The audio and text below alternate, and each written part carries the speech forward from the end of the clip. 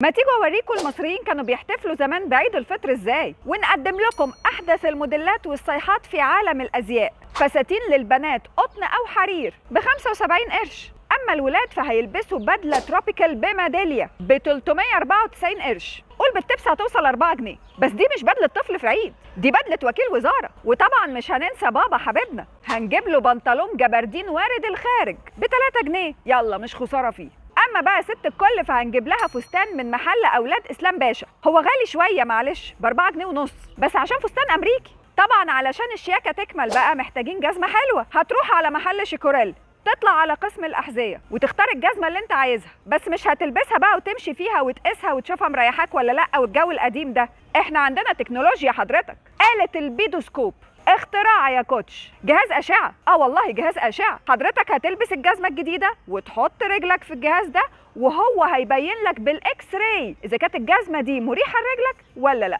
مش بقول لك تكنولوجيا؟ فرهطتوا مني انا عارفه. هجيب لكم حاجه تشربوها. اقدم لكم مشروبكم المفضل البعيد عن الشبهات، زيمبا كولا. انا الحقيقه مش عارفه هو بعيد عن الشبهات ازاي باسمه ده، بس المشكله مش في اسمه دلوقتي، المشكله في مكوناته. عصير قصب بنكهه الكولا. الميكس ده حصل ازاي؟ وتقريبا ما حدش جربه وعاش بعدها عشان يقول لنا كان طعمه ايه. واضح كده ان كل اللي شرب الزيمبا كولا دي اتزنبق.